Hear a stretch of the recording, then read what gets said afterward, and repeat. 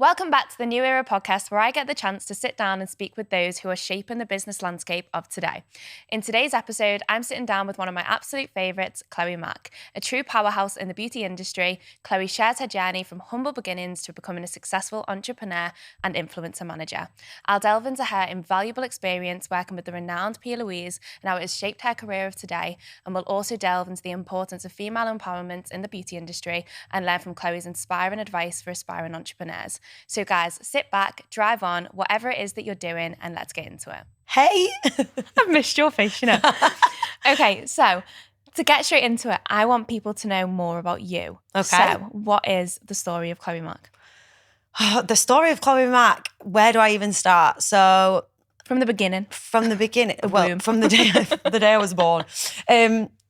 I'll take it back to mainly like uni days because I did fashion at uni because I thought that's what I wanted to do. Graduated from there, sort of went and did a few things within fashion, but I kind of feel like everything I've done so far has led me to where I am now. So it built it up. Yeah, so like I did, what did I do first? I went and worked for an in-house fashion space where we kind of made clothes and did all that sort of stuff, and that was really fun. We got that collection into Topshop, which was really good, so we did all VM Amazing. merchandising for stuff like that. Kind of got into a bit more of like the creative side of it from that, really. Then I went into sales within a hair extension company. One of my really good friends who has a hair extension brand, Spectrum Extensions, so I did sales, on the road sales, so I was in salons all the time for really? I did that for about 3 years. So it kind of, me getting into the hair and beauty kind of industry came from that, really, because I've sort of was just talking to people all the time. And you specialised in like different roles while you were doing it. Yes. How did you find sales? I actually loved sales. Did you? Yeah, because you just chat to people all day long, I don't can see you? you being really good at sales, to be fair. So yeah, I loved doing that side of stuff. And then once I've kind of came out of there, I actually worked for a big cosmetic house, which I'm sure we will discuss at some point. And I met her through getting her into the hair extensions brand. Okay. Then it kind of leads you on to the next thing, doesn't it? Yeah. So yeah, that's sort of like the history of where. Isn't it crazy how your journey starts from one thing and you don't realise where you're going to go, and then all of a sudden you fall into something completely different? Because when I actually left school, I didn't actually know what I wanted to do at all. And I feel like there's so much pressure to make decisions when you're so young as to like, what do you want to be when you're older? Well, I don't actually know. And I knew that I liked fashion and I thought it was going to be a fun course. So that's why I did it. So did you want to do fashion when you were in school, or did you literally just make like a last minute decision? I feel like I liked it when I was in school, but I don't think it was like something that I was like, I want to be in fashion. I just didn't really know what path I wanted to go into. So I did a really broad course that covered sort of like marketing, promotion, design, and it was quite a creative hands-on course. So it sort of set me up to be in the industry I am in, I suppose, because it gives you such a varied choice of things to do. What you can go into. Yeah. Amazing. So that kind of links in with saying what motivated you. Was there any other external factors where you think motivated you to kind of, so obviously when you were doing your fashion degree. Yeah. Actually, no, we'll go back. When you were doing your degree, did you ever think that you'd be working on your own? No. I feel like I liked the idea of being your own boss because everyone likes that idea of being their own boss. But whether I actually ever thought I would be sort of brave enough to go on your own, because it, as well as it being really exciting working for yourself, it's also a lot of pressure, and it can be lonely at times when you're trying to think of the next step to do and you're trying to battle things. Like, I am quite lucky because I have a lot of friends that do really similar things to me, so I can kind of bounce ideas off of them. But not everyone's in that position, and when you work for yourself, the pressure is on you. I know, I completely agree. So have you got any regrets for going to uni, or do you think going to uni was one of the reasons that put you where you are today? Do you know, I actually don't have any regrets. I feel like that's I don't have any regrets, but like everything you do in life gets you to where you need to be in the next part, and I totally believe that 100%. I just feel like if I hadn't have gone to uni, I wouldn't have gone into doing the fashion degree. I wouldn't have gone into doing working at Kendall when I did that fashion house, and I wouldn't have gone into doing Topshop, and I wouldn't have met the people that I'd met, gone into sales, it all is a journey. And as much as some of the things I didn't like as much as what I liked other things, it gets you to where you want to be. It gets you to, and every single thing I look back and it's almost like you are where you're supposed to be at every point. Definitely. 100%. And I truly believe that. Oh, 100%. So where is it that you are now? What is it that you're doing now? I do a bit of everything, actually. Dibble dabble, dibble dabble. No, mainly I sort of do product development for skincare and cosmetics. Is mainly what I do. I do quite a lot of things with like brand things. I've got a really exciting trip coming up that I am going on with one of my really good friends, actually. He's launching a new tan brand, actually. So we're going to Dubai for the shoot. Bougie. Gorgeous. Jealous. I need a tan. No. And the trip to Dubai. Come if you like.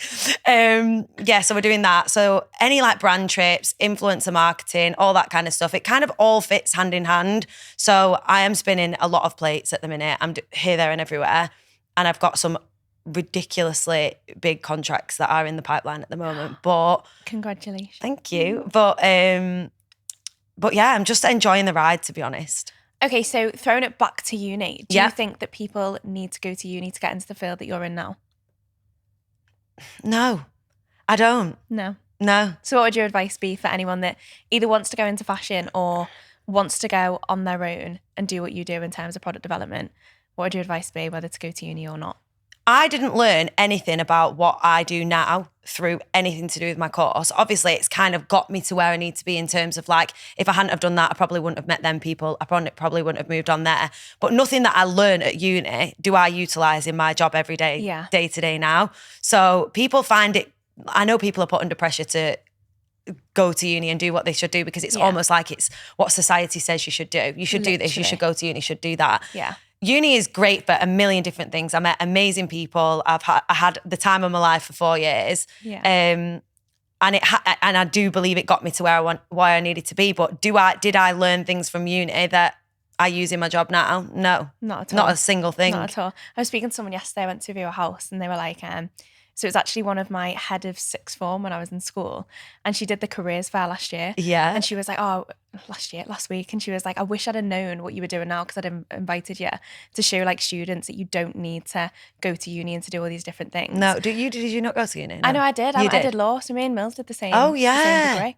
So I was saying to her, I was like, people don't know what options are out there. Like people won't know what you do now. No. You can do it on your own. And I was actually listening to another podcast where someone said this on the podcast that like, you actually don't know how many jobs are out there. You think it's just like you've got an option of like 5 or 10 things to pick from.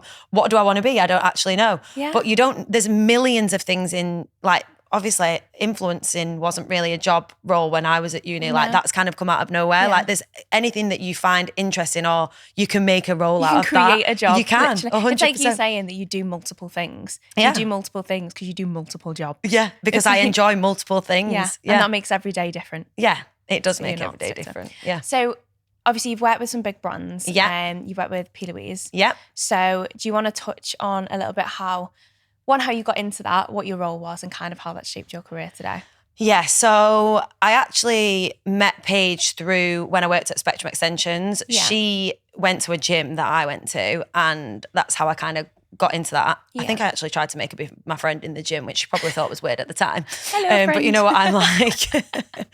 And I basically just did a bit of everything there and I kind of fell into the role of doing loads of different things really for a bit of PAing, bit of product development sort of stuff. And yeah, like working in a business that's a multi-million-pound business where someone is as creative as Paige was or is really inspiring for anyone. Like obviously I was heavily involved in loads of exciting projects and things.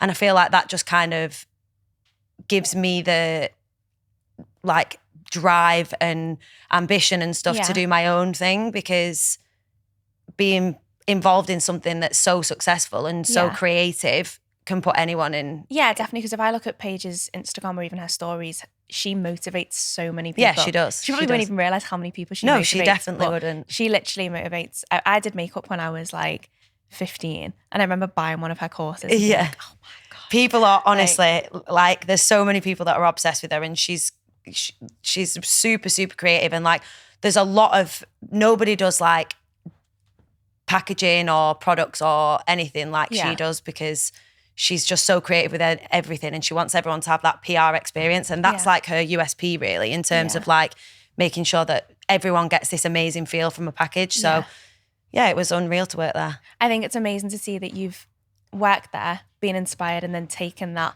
from her. Because really, she has contributed to inspiring you to go out on your own. 100%. Yeah. And now look at you, you're like absolutely flying. So. Oh, thank you, babe. So what year did you decide to go on your own? I've actually only worked for myself for probably like 18 months now. So... So what inspired you to take that risk then? Oh, I don't even know, to be honest. I feel like... It's just a fire. Yeah, like you just...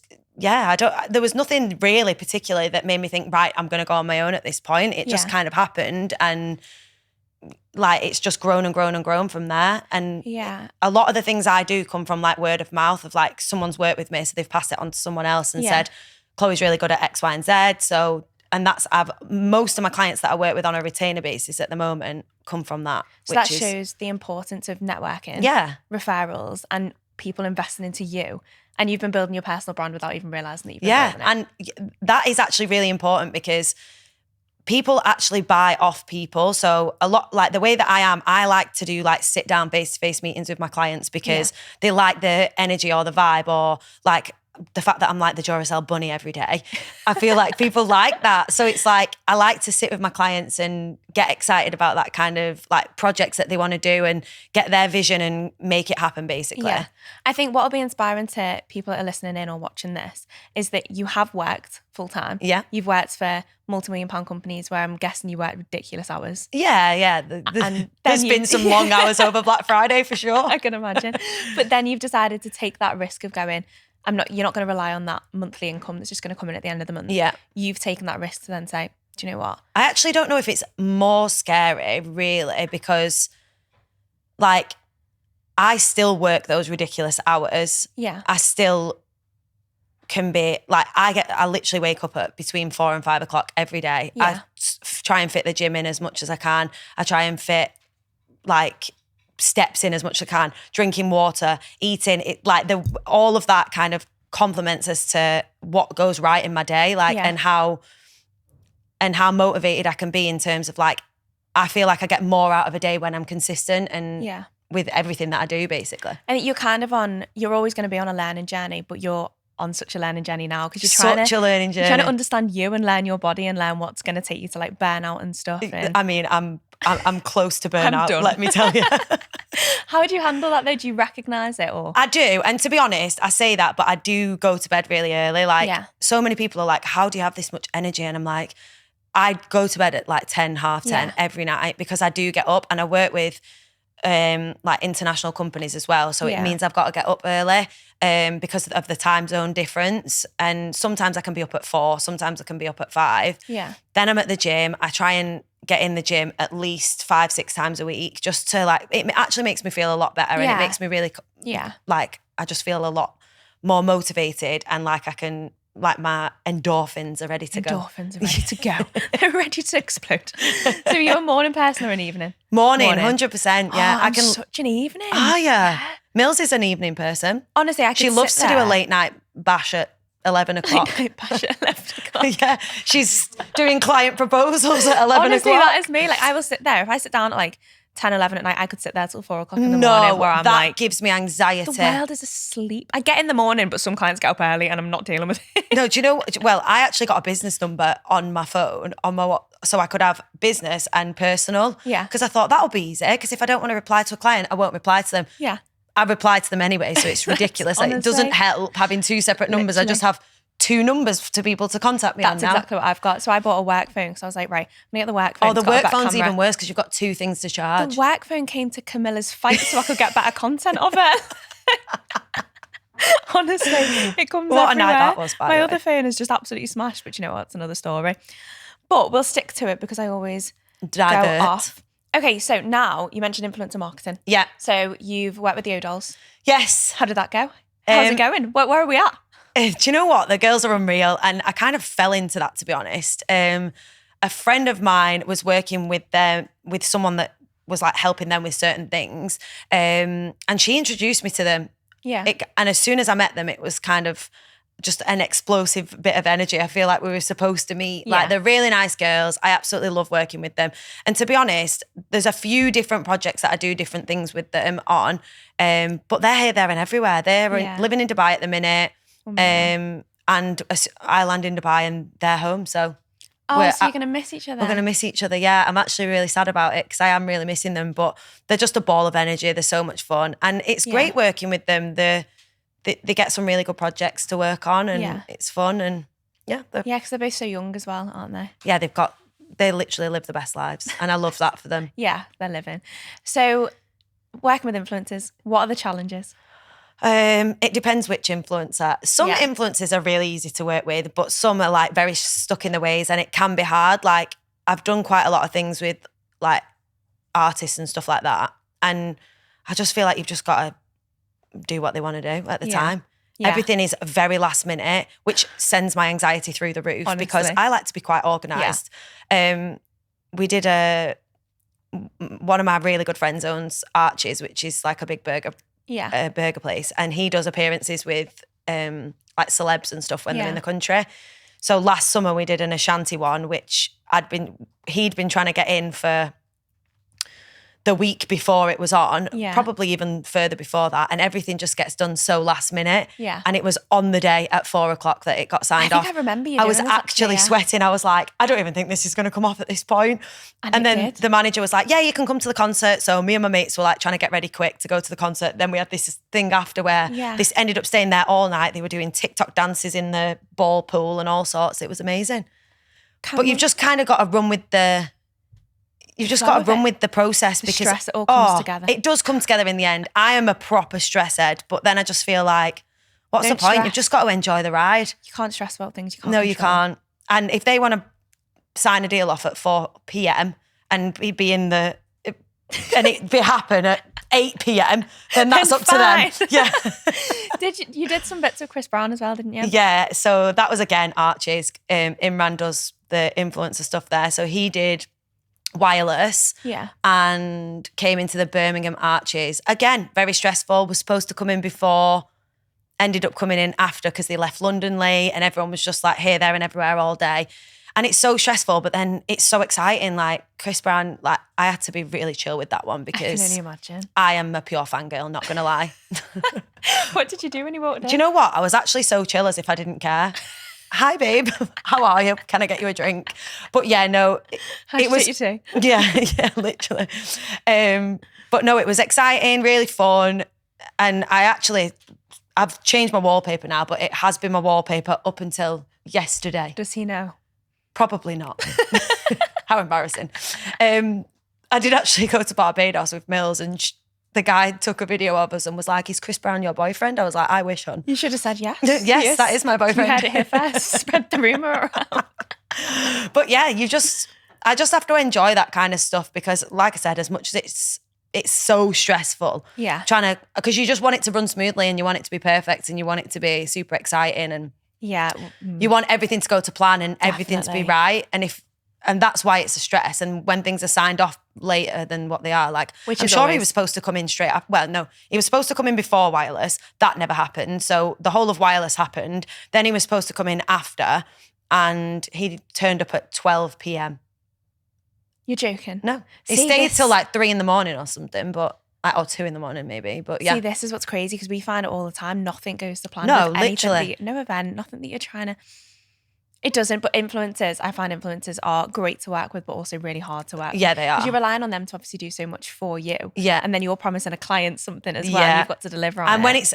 And when it's down the chain like that, it is so difficult to try and keep everyone, but you've just got to try and not take the stress with it and enjoy the ride. Enjoy the ride. What's your view on influencers over more like relatable creators?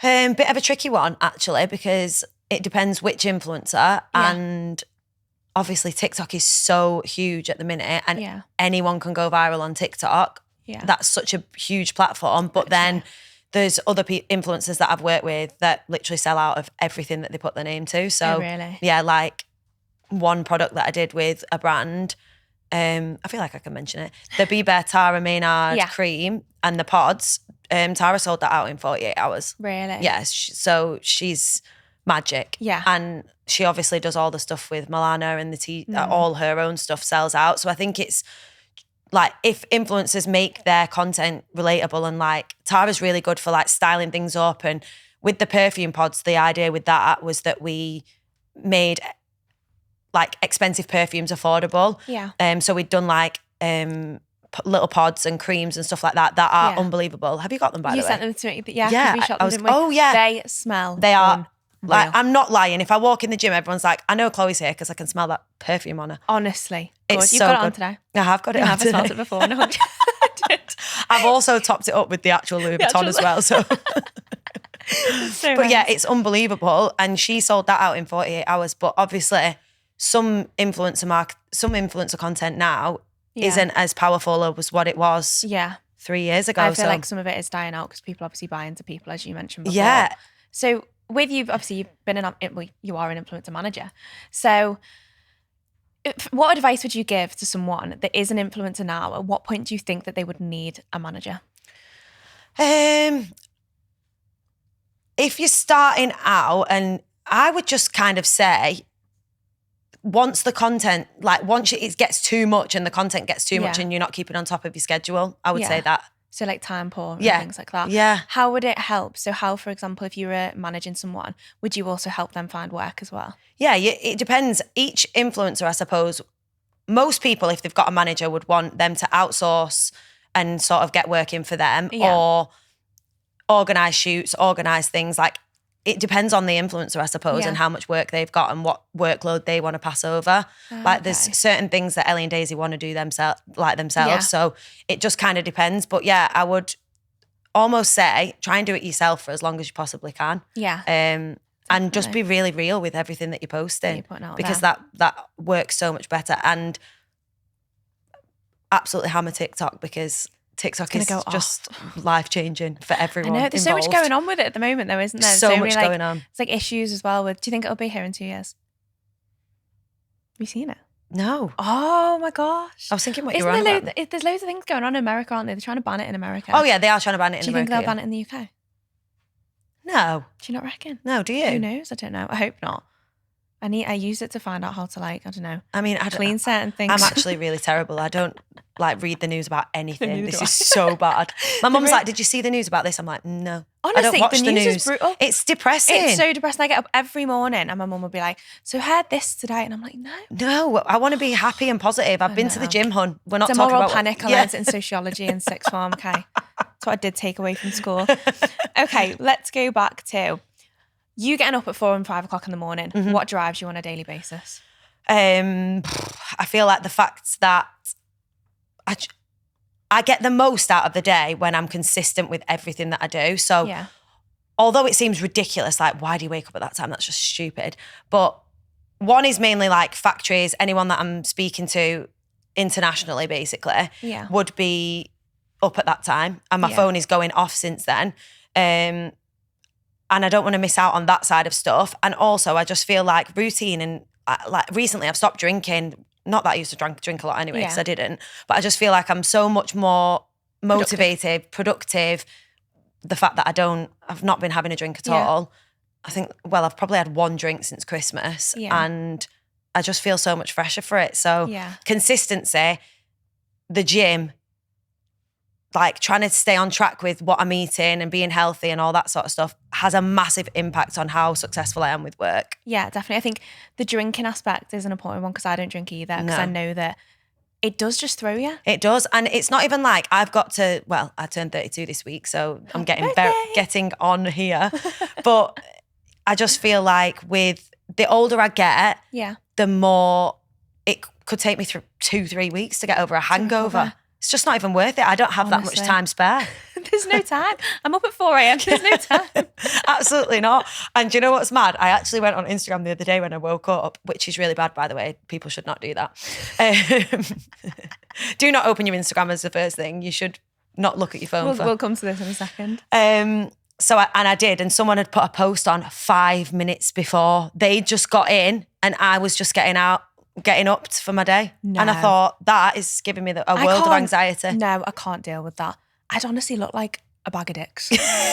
Like, I'd look horrific. No, I honestly just can't. I'm just not on the drinking, going out vibe. It's Clubs gross don't to me. interest me anymore. Yeah. I mean, I could probably push it to a bit of day drinking in the summer with my mates, but Yeah. that's about it. I still want to be in bed for 10 p.m. We'll blame age. Yeah. We'll blame okay, age. that's fine. Right, okay. Well, do you know, I could talk to you for hours. So, I've probably touched a little bit on it before, but what advice would you give to, I'm going to say young aspiring entrepreneurs, but also people that might be in full-time jobs in like the beauty industry, Yeah. that might have dreamed of going on their own, or they might have thought about it, but they've never pursued anything because they've been scared of taking that risk. What advice would you give to them? Probably just like, nothing good comes from comfort zones. Like, Yeah. you've got to do things that scare you sometimes, like, and you've got to do things sometimes that you don't enjoy as well. Yeah. Like, not everything day to day that I don't absolutely love everything that I do. Yeah. But I do it because I know it's going to get me to the next space in my career.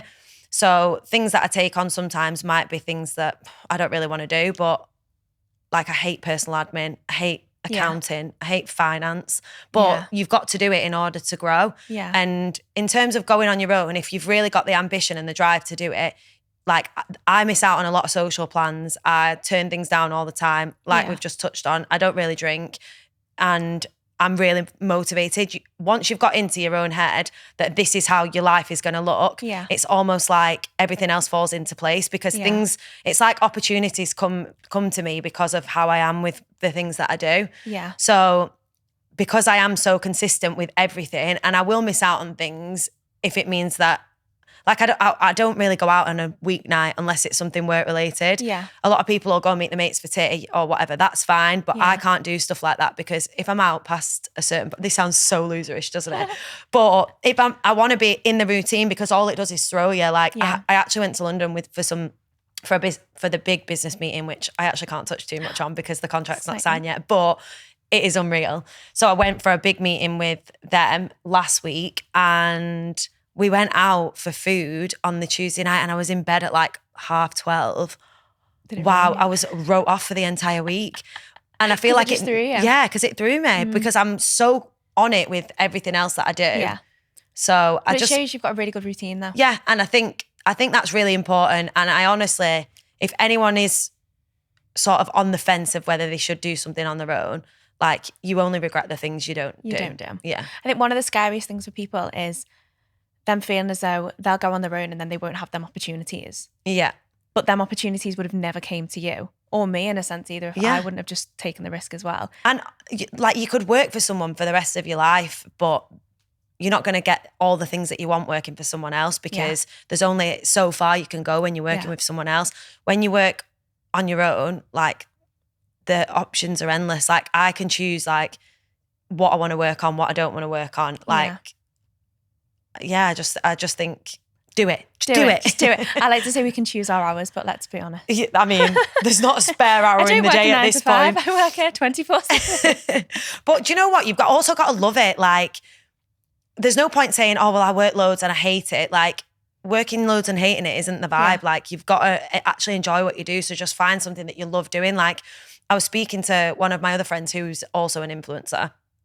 Not saying I'm an influencer, by the way. It's just because we talked about. He was also just because we talked about influencers. And she was saying that some people will message her asking about content and say like, "Do you enjoy editing and stuff like that?" And she's like, "Yeah, I love editing. I love doing all the things." And if you don't enjoy what you're doing, then it becomes a chore. Yeah. And obviously, I know I've said stuff like, you can't enjoy everything. There is elements of my job that I don't like, but I know that I've got to do them because it makes my job. Yeah. But you've actually got to enjoy the overall. Like, I love client meetings. I love coming up with ideas. I love having meetings with my designers to say, this is what I want to do. And I actually love seeing things from start to finish. So that's the exciting thing of like, does it come with a load of stress? Yes. Does it come with having to sort legals out and making sure that everything's compliant and all that sort of stuff? Yes, it does. But at the same time, it's really exciting and I love to do it. So finding something that is what makes sets your soul on fire is really important. So has there been anything eye-opening that you did not expect and then think, what have I got myself into? Yeah, because some months I can be inundated with work. And this was more so when I just first started out going on my own. And you think, oh, wow, this is brilliant. There's loads of work coming in. And then you've not really planned forward. And then there's something that's dropped and this client doesn't need you this time and this doesn't. And that has been a bit of an issue for me, like prior, where I've thought, oh, wow, I'm not going to have as great a month this month. Yeah.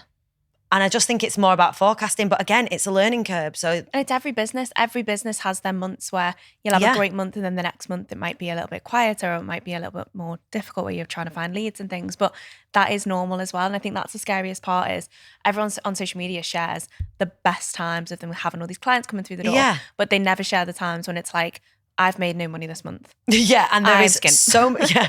There is so much. And also, how annoying is it? Because people just never pay your invoices on time. See, we invoice first. I invoice in advance. I will never start work until I invoice and get paid on the day or we don't start work. Yeah, see, I'm just soft because I invoice before, but then do the work anyway. Okay, so this is something we should touch on. This is something we should touch on because I was actually speaking to someone about this the other day and they were like, oh my God, my invoices, they had like 20 grand's worth of invoices outstanding.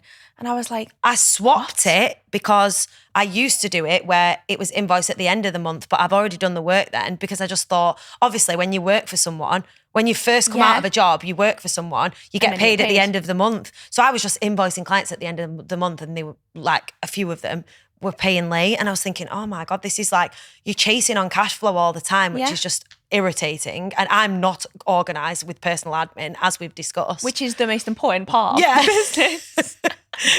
I mean, I'm trying to get my mum to work for me at this point. Hi, please can you do my personal admin? You birthed me, but I still need you. Yes. So I feel like, what was I going to say then? What were we saying before that? Oh, now I do it before, but they still pay late and I'm soft as shit, so. So do you invoice manually? Do you just email them over and invoice? No, I've actually got a full system now in place. How good am I? Growth. I know, actual growth. Do you know, so we use Stripe at the agency. Yeah, so I've got Stripe. And costs a fortune though, doesn't it? Yeah, and I've also got Xero accounting. Have you got that?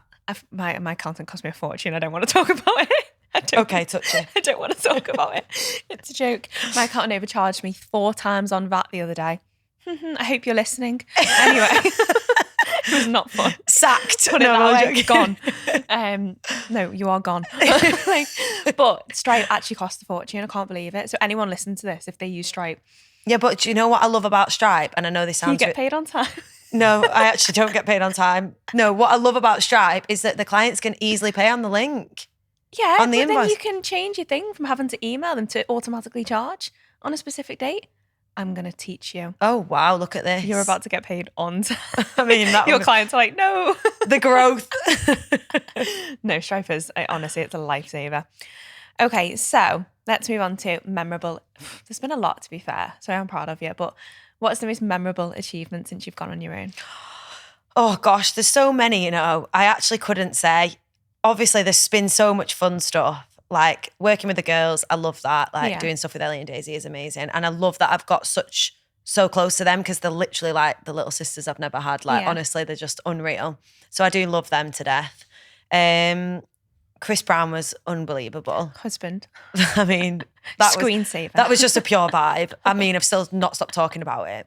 And then I actually think my biggest achievement is the one that I can't say very much about right now. Okay, what is your biggest achievement in you? In you as a person? I feel like actually taking the leap to go on my own is probably the biggest achievement because it's so easy to stay in something that becomes the norm and it's difficult to step out of anyone's comfort zone. And actually going on my own was something I didn't think I would actually ever do. Do you think you ever take a step back and look at yourself and say, wow, I've done this? Probably not. Because I don't think many people do. No, we should do. We really should do. But no, I feel like every time I'm like, you get to a certain point, I really want this. I really want to work with this person. I really want to do this. How sick would it be to do this? And I'll have all these goals and exciting things that I want to do. And the fact that I can literally like I do a lot of traveling. Not sure if you know. Never noticed. You never hear. Everyone's always more. Do you know what? Than me. I actually, honestly, truly believe people are like, she is never in the country. But I have my best ideas come from when I'm in the sun. I'm not even lying. No, I agree. Honestly. I feel so much more chilled. I feel just happy when it's sunny and warm, and I am so creative. It's not like I go and chill and don't do any work. I literally sit on my laptop all day, every day, even no matter where I am. But no, being in the sun makes me super creative. It's so I went to Marbella for Bank Holiday weekend last year. Yeah. I was off Friday. That was it, off Friday. Phoebe, what happened? Everything went stress. Put it this way, only Friday. I can't even remember what happened, but it was funny. And, I actually remember you going there and remember you saying this story about how you left for one day and everything went to shit. Everything went to shit. Everything went to shit. But the team managed to obviously bring it back together. But that was the Friday. Got back on the Monday, and on the Tuesday signed our biggest client yet. But that was just from taking them 3 days off. I haven't been away since, but you need I know what you mean. Come and visit me in Dubai in June. I'm going to Mexico. I know I'm going away, but don't tell them. My clients don't know yet. Sorry, clients. I was going to say something really fun to you then, and I can't remember what it was now. You're just fun in general. So fun. We'll go on to, so what are the future goals for you? Travel more, actually, is one of my future goals. Travel more? Travel more, yeah. She's never going to be here. I feel like, well, at the minute, it's just constantly Dubai, but I maybe need to broaden. I've not been to Dubai. Oh, I know what I was going to tell you now. Go on. If we're going to jump back now, when you said you'd signed your biggest contract. Yeah. I got the deal through for my biggest contract when I was in Barbados. See? So when you take a minute and have a little step back, get yourself in the sun in a little happy vibe. It's a vitamin D. It is. It all comes to you. I say vitamin Energy. E, but it's not. It's vitamin D. It's vitamin D. Moving on. Did you say vitamin E? No, vitamin D. I was like, what is it, D? Okay, yeah. So your future goals, what's your 5-year plan? Do you know what? I'm actually really bad and don't have a 5-year No, me plan. neither. And if anyone actually listened to, like anyone I've worked with before is always like, you should write your goals, you should do this. And I do write goals in terms of like that I want to travel more, I want to do this. And I do gratitude journals, which I love. Yeah. Recommend them to anyone, to everyone even. But I don't really have a 5-year plan. I just kind of roll with it as I'm going see what happens. I'm 110 mile an hour, so I kind of just... I think sometimes you can set too high expectations as well and then put yourself down. Or you can go above and beyond and be like, whoa. One thing I will 110 million %, and I'm going to say it on this podcast so it actually happens, I need to buy myself a G-Wagon, so that's happening. You heard it here first. Since I've known you, that is I say you've heard it here first. I tell everyone. I'm like, hi, my name's Chloe and I want to buy a G-Wagon. Wow, I'm wrecking the whole... That's the first thing when I met you the first time, which was when? How long ago now? It was that in Manchester. That was the Kalenia event, wasn't it? Was. Oh that was ages ago. That's the first thing you told me. You told me that day, and this was about 2 years ago. I'm going to buy a G-Wagon. That's actually... How did that come up in this conversation? No one heard it here first, actually, because I tell everyone I'm going to buy a G-Wagon. So that's on the goal board, vision board. Amazing. I feel like at some point I would like to settle down maybe. If I can hold on to a boyfriend for longer than 5 minutes. You'll be able to. They'd be lucky to have you. Thanks, babe. So if you could go back to the start, what would you change? I actually wouldn't change anything. Good. I know that's like, I feel like that's a bit of a shady answer, but no, I wouldn't change anything because again, I feel like every single point gets you to where you need to be, and I've learned so much along the journey. Yeah. So I kind of feel as though, I wouldn't change anything. Yeah. No, I don't think you should change anything either. Because I think 18 months ago, you had no idea that you'd be here today. Absolutely not. And do you know what? My friends do say that to me sometimes. They're like, Chloe, you've absolutely smashed it in 18 months. And I'm like, you just don't think it when you're in it and you kind of just running at 100 mile an hour all the time. I don't ever have a minute to just sit back and think, actually, smashed it, girl. Literally. I wouldn't have known you otherwise. I know you actually wouldn't. I know. Well, thank you so much for coming. Thank you for having me. Loved having you. And we'll do this again in a year's time and see where you are. Yes, let's. Grey, bald, stressed. Hopefully I'll be more tanned because I'll have travelled more. Amazing. With a G-Wagon, yeah.